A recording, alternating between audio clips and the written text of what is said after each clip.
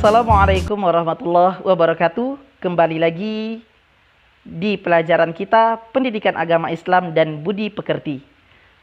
Sebelum mengawali pelajaran kita, ada baiknya Bapak dan anak-anak Bapak yang ada di rumah semuanya, marilah bersama kita berdoa. A'udzubillahi minasyaitonirrajim. Bismillahirrahmanirrahim.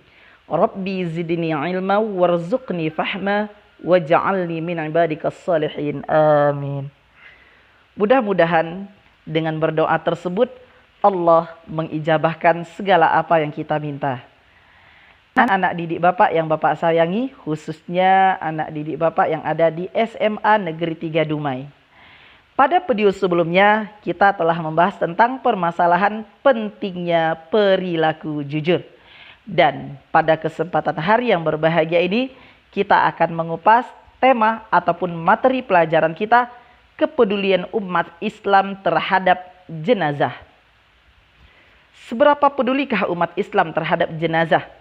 Bukankah Rasulullah SAW telah bersabda, hakul muslimi alal muslimi sittun, hak muslim yang satu kepada muslim yang lainnya ada 6. Dan satu riwayat ada menyatakan, hakul muslimi alal muslimi khamsun, hak muslim yang satu kepada muslim yang lainnya ada 5. Apa salah satu di antara 6 dan 5 tadi?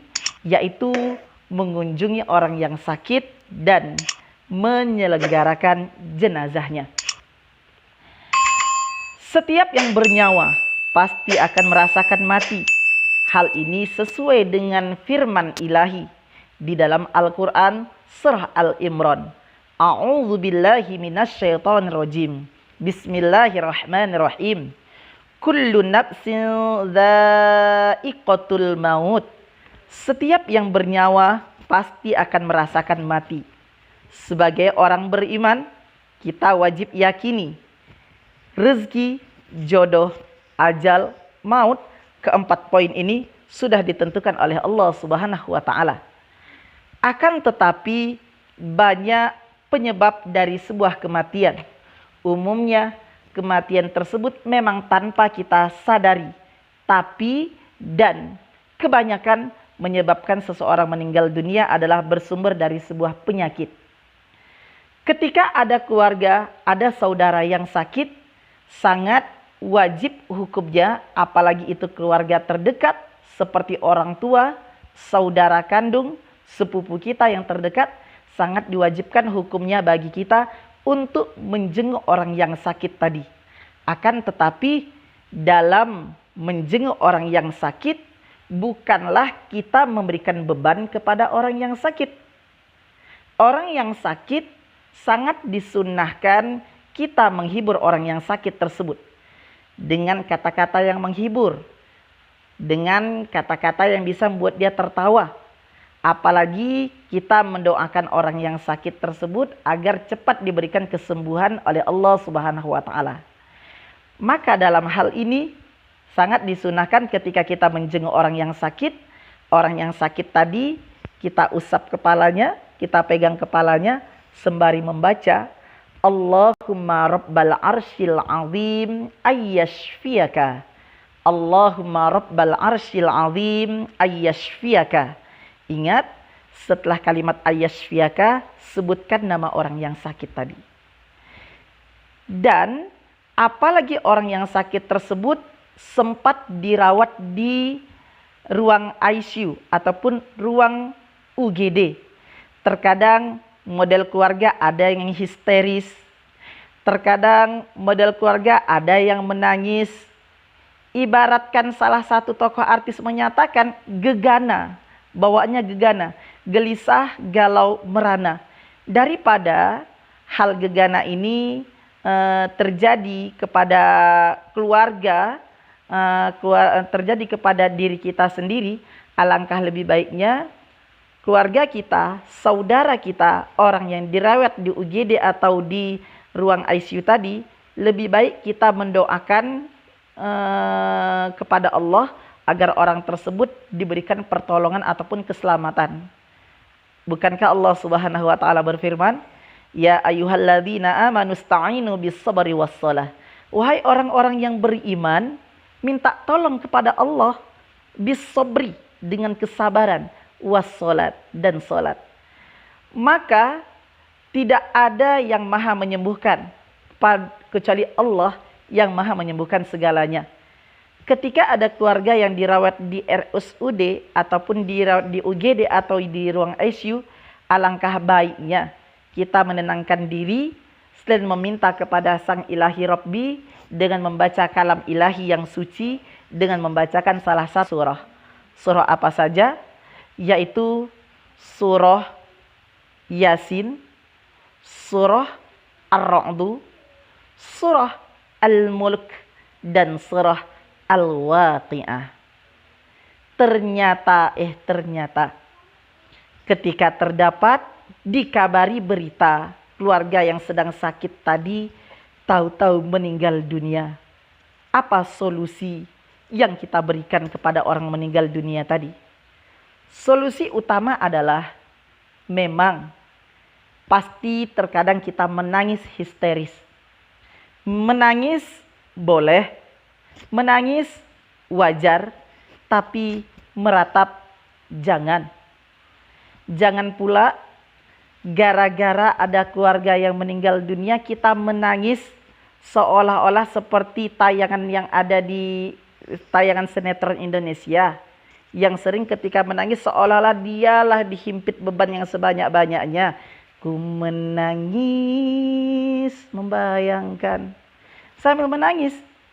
Rasulullah SAW sangat melarang orang yang meratapi kepergian orang yang meninggal dunia.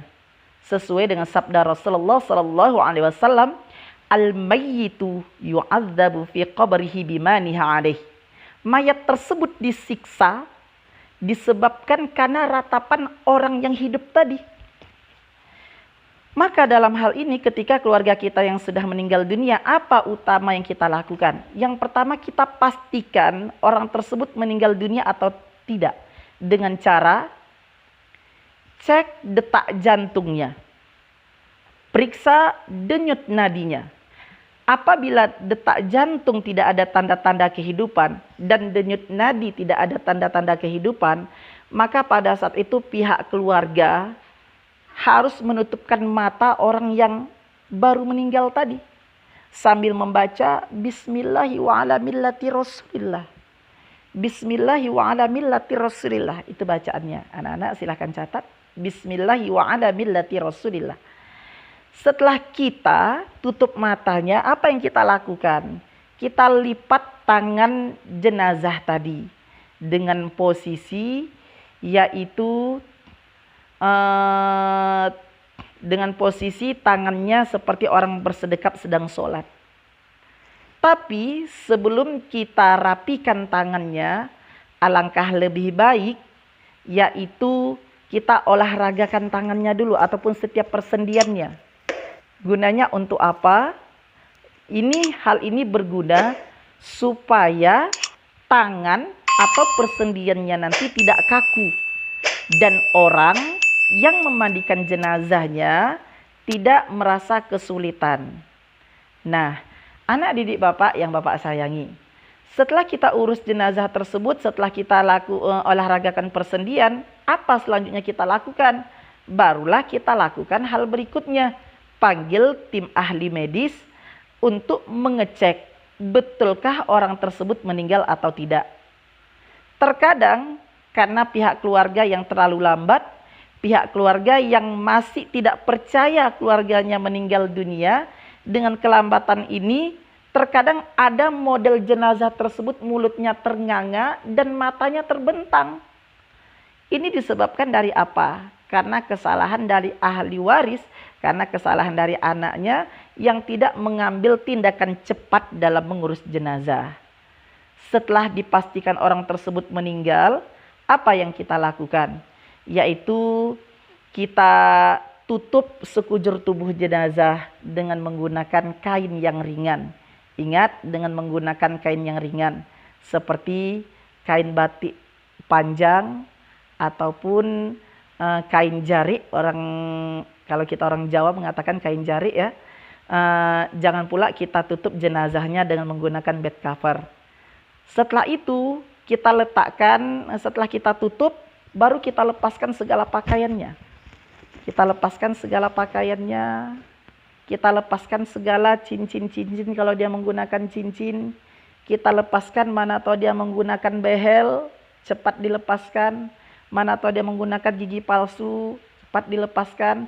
Setelah lepas segalanya dan jenazah tadi dalam kondisi keadaannya tertutup oleh kain yang ringan. Nah, maka kita letakkanlah jenazah ini di tempat yang mulia. Maksudnya tempat yang bisa, mana tahu ada tim ahli takziah, ada orang mau melayat, gampang untuk melihat keadaan jenazah. Dan apakah cuma dibatas itu saja? Jangan lupa pihak keluarga terdekat memberitahukan berita ataupun pengumuman kepada keluarga ataupun tetangga yang lainnya bahwasanya ada orang meninggal dunia. Ingat, hukum mengurus jenazah ini adalah fardu kifayah. Dalam arti kata hukum SCTP satu untuk semua. Anak didik Bapak yang Bapak sayangi, setelah kita mengurus jenazah tersebut, tentu apa yang kita lakukan? Ingat, jangan dibiarkan jenazahnya sendirian di rumah. Akan tetapi pihak keluarga harus berbagi-bagi tugas, membagi tim untuk mengurus jenazah tersebut. Siapa nanti yang memandikan, siapa nanti menyolatkan, siapa nanti mengkapani, dan siapa nanti yang akan mengkuburkan. Cuma untuk lebih lanjutnya kita akan bahas pada video berikutnya. Jangan lupa klik tombol subscribe, like, and share agar anak-anak Bapak tidak ketinggalan segala materi dari Bapak. Dan materi kita akan datang kelanjutan dari video ini, yaitu tentang memandikan jenazah. Sekian, wassalamualaikum warahmatullahi wabarakatuh.